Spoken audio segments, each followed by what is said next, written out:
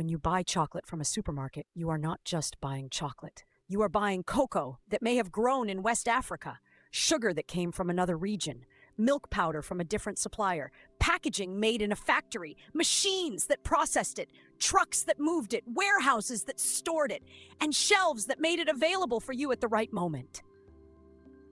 To you, it is just a chocolate bar. But behind it, there is a long human story.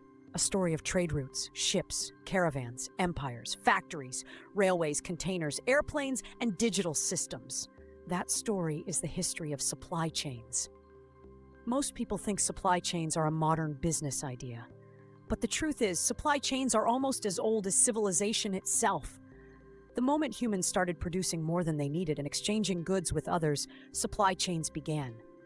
In ancient times, one village might grow wheat, another village might make tools, another community might produce pottery, and another region might have salt, spices, metals, or animals. No single place had everything. So people had to move goods from where they were produced to where they were needed. That simple need created the earliest form of supply chains.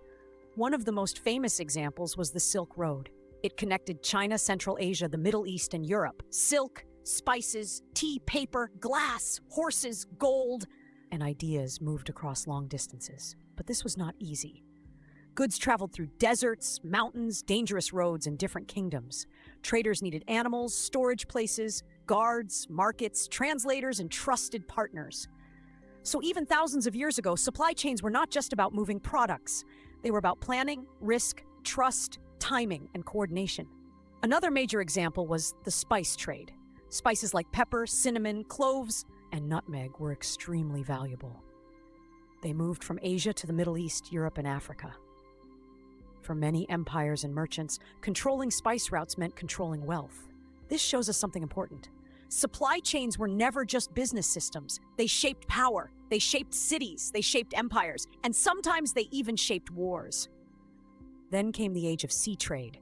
As ships became stronger and navigation improved, goods could move across oceans.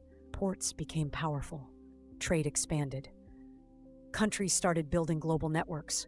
Ships carried cotton, sugar, tea, coffee, textiles, metals, and many other goods across continents. But this also had a dark side. Many global trade systems were built through colonialism, exploitation, slavery, and unequal power.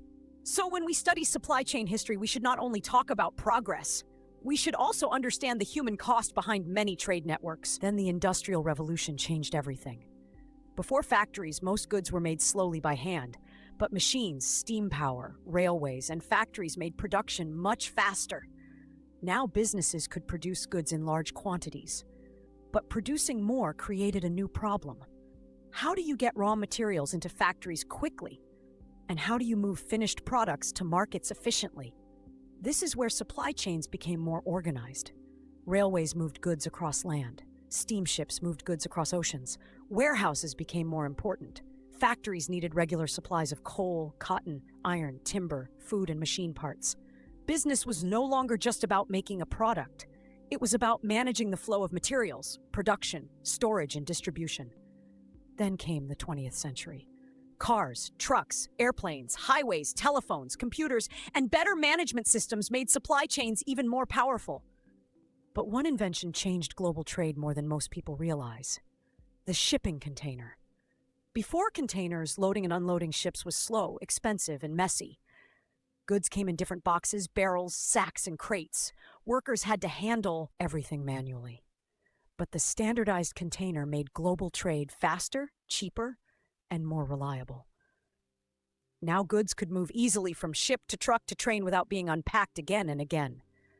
This one innovation helped turn the world into a connected marketplace. Then companies started spreading production across different countries. A product could be designed in one country, made in another country, assembled somewhere else, and sold globally. This is how modern global supply chains were born. Your phone, laptop, shoes, clothes, medicines, and even food often depend on many countries working together. But global supply chains also created new risks. If one factory shuts down, many companies can be affected. If one port is blocked, deliveries can slow down worldwide. If one country restricts exports, prices can rise somewhere else. If one war, pandemic, strike, or natural disaster happens, the effects can travel across the entire world. The COVID-19 pandemic made this very clear. Suddenly, people saw empty supermarket shelves, companies struggled to get raw materials, hospitals faced shortages of masks, gloves, medicines, and equipment. Factories stopped because one missing part could delay the entire product. For the first time, many normal people realized that supply chains were not invisible anymore. They were the hidden system behind daily life. Today, supply chains are entering another major stage. They are becoming digital. Companies now use data, sensors, GPS tracking, warehouse robots, artificial intelligence, forecasting software, and real-time dashboards. Instead of only asking, "Where is the product?" companies now ask, "What will customers demand next month? Which supplier is risky? Which route is cheaper? Which warehouse should hold more stock? Which shipment may be delayed? Which product should be produced first?" So supply chains have moved from ancient trade routes to global digital networks. But the basic idea has stayed the same. Move the right goods from the right source to the right place at the right time. In ancient times, that meant caravans carrying silk and spices. In the industrial age, it meant railways, factories, and steamships. In the modern age, it means containers, global suppliers, warehouses, and e-commerce. And in the future, it will mean AI-powered networks that can predict, adjust, and respond almost instantly.